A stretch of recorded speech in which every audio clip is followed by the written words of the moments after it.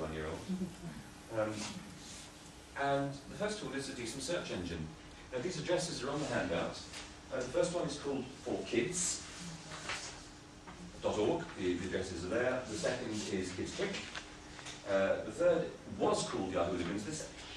I had a problem with the computer, and this is an old version of this presentation, and it's now called Yahoo Kids.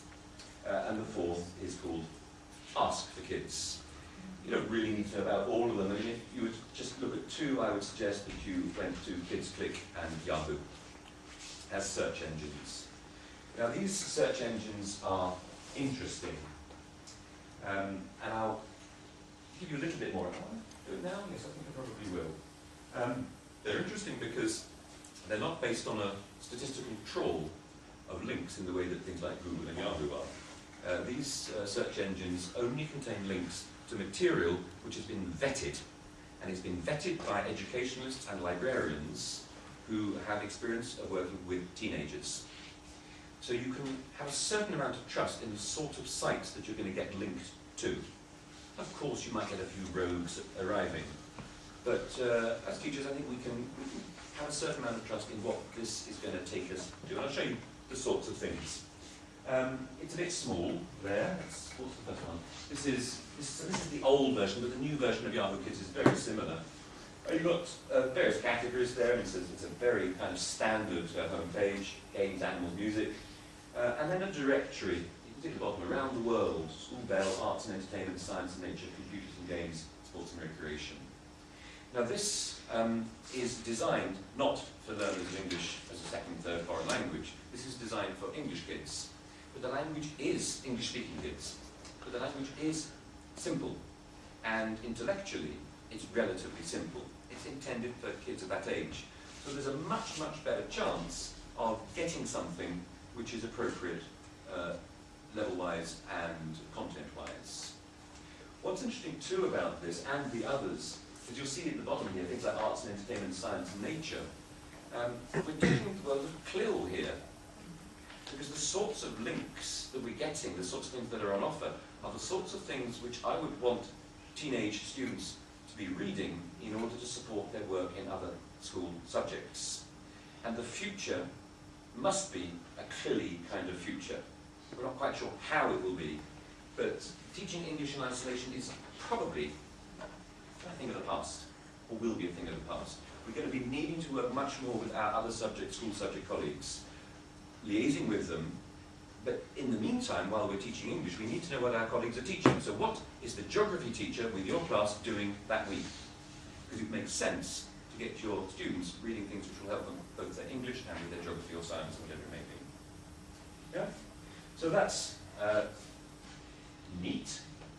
This is Kids Click, and it's very, very similar. You've got facts and reference, science and math, American, not British. The arts, weird and mysterious, health and family, popular entertainment.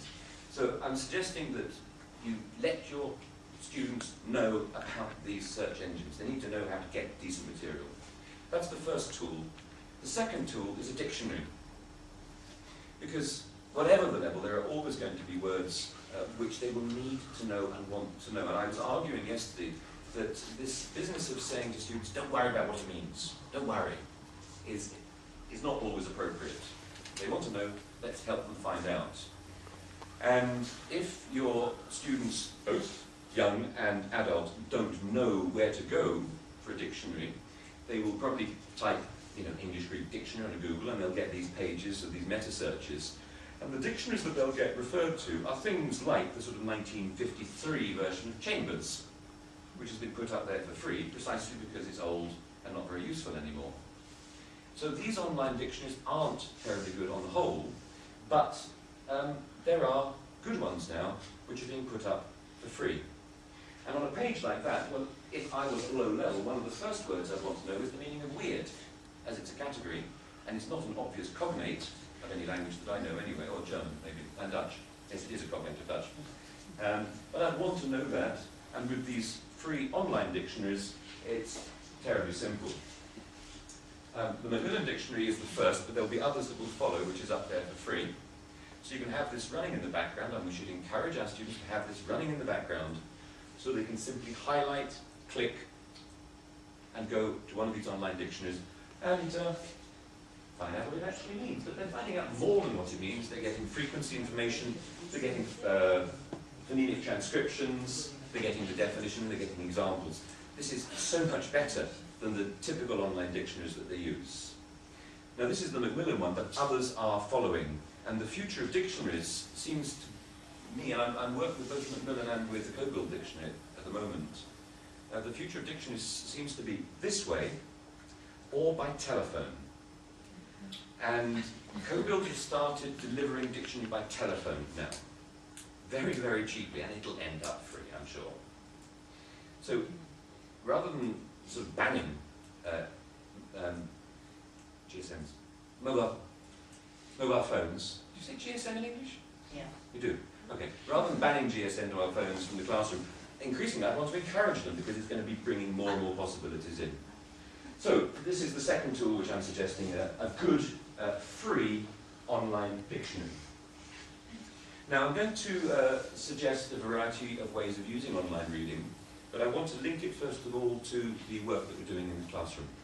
First of all, because in order to encourage people to do this freely and willingly, we need to sort of do things in class to set it up. And the simplest way, absolutely bog standard simple way of doing it, is to relate it to what you're doing in your English class. I would bet quite a lot of money that at least 90% of your lessons are topic-based in one way or another. But there is a topic which hangs it all together. Yeah? How do I know? Well, I've seen a few classes, you know. They tend to be done, all course books are topic-based. Well, actually they're grammar-based, but there's a topic organisation.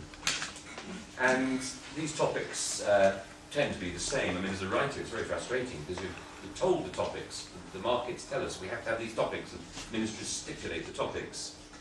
So we get the same topics again and again. But I take one which is slightly more interesting, which is the circus, which is something which I'm interested in. It is a topic which is dealt with in quite a lot of course books, especially for teenagers. And if you've been doing something which is related to the circus in class, my suggestion, very simply, is that for homework, forget about those tedious exercises and workbooks that I write, or do them from time to time, but get your students to go home and do online reading. Yeah? So if you've been doing the circus, the students' homework is to spend 15 or 20 minutes searching for information online in English through these search engines on the circus. Yeah? That's it. As simple as that. They won't all do it. And they won't all do it at the beginning, but as this develops, if you use lots of things, then more and more people will get involved. So I'll take circus, and I'm using Kids Click. So we tell our students to use one or more of these search engines and simply do this research. When you go to Kids Click, you'll get a number of links, and these links are often going to provide other links. So the first one that you get on Kids Click is Circus Web, which provides links to all the major US circus companies. So it takes you off to other sites. Quite a nice portal. The second one is, I'm not sure how you pronounce it, Peter or Petter. Petter. In Belgium we couldn't say Petter because it would be the past historic of to fart. But it's the organisation which is against, using fur clothes. You know, was fur not animal testing? It's animal rights, it's ethical treatment for animals. So I think of the Naomi Campbell fur campaign. Again, it's a politically committed site. It's not something which particularly interests me, to be honest, but I find it quite interesting. And the third is Ringling and Barnum and Bailey Circus, a particular circus site. So we're simply going to these sites and finding out more. And since these are often commercial sites or politically committed sites, the sites are designed to interest people. You know, that they want to bring people in. And when you go to them, you will find something to interest you, I'm pretty sure. Now that's at the most basic. As a follow-up to some kind of topical work that you've done in the classroom. An alternative would be to use this as preparatory work. So you know that next Wednesday or Thursday or Tuesday, whatever it is, you're going to be getting on to page 27, which moves on to the circus topic. Well, for preparatory homework, again, ask the students to do 15-20 minutes simple web research. Yeah? At the beginning, I think that this is probably sufficient, but you need very quickly more structure than that. Students of any age will need a clear end point. What do we do with this research? What kind of research? How much? Do we have to cut and paste or print or whatever? They'll need a structure.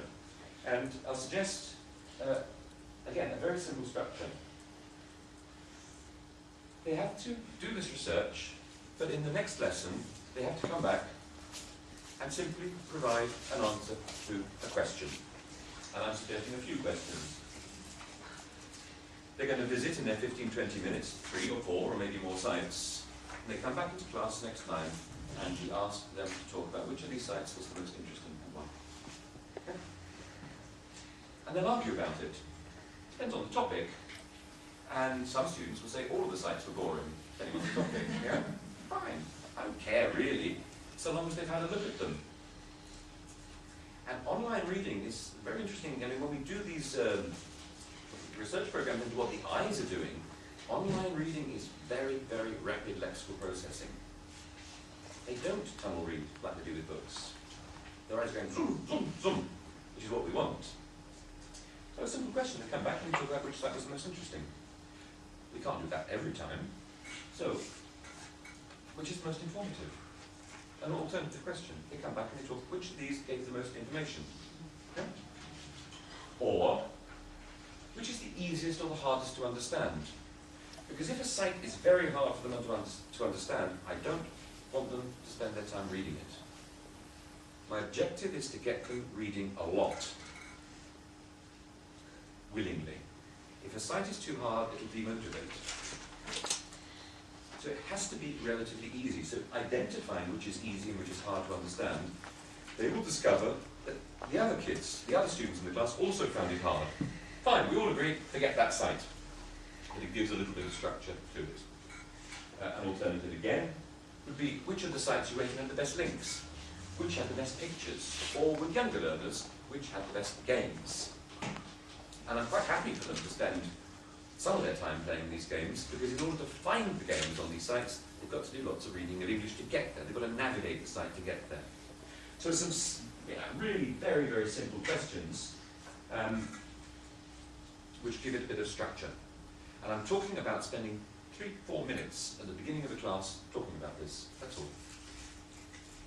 With a colleague in Belgium who's been helping me with this, we were working on Circus, and instead of giving these questions, we asked students in the classes to choose one picture from one site which they liked best, to print it off and to come into class with this picture and talk about why they chose that particular picture. And this is a selection of the pictures that they brought into class. These are mostly pictures at Cirque du Soleil, certainly on the left, and perhaps the top 3 are all Cirque du Soleil. And they came in and they talked badly, because they're low level, but that doesn't matter, at least they're talking. They simply talked about why they chose these pictures. They found it motivating. And they didn't think they were reading. I didn't tell them this was an extensive reading program. Of course not.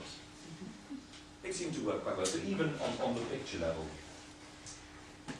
this is simple. Anybody can do this. Not all of your students will have online access. Most of them will now. Not all of your students will do it. But the more we push it, and we tolerate those who don't do it to begin with. It's a year's program minimum. The more the majority of the students are likely to get involved in it. It's mostly with 12, 13-year-olds that I'm involved at the moment in Belgium, indirectly with colleagues. And with that age, this is working fine. Even those kids who are being written off, in Belgium we have a system where if you fail the year, you have to repeat.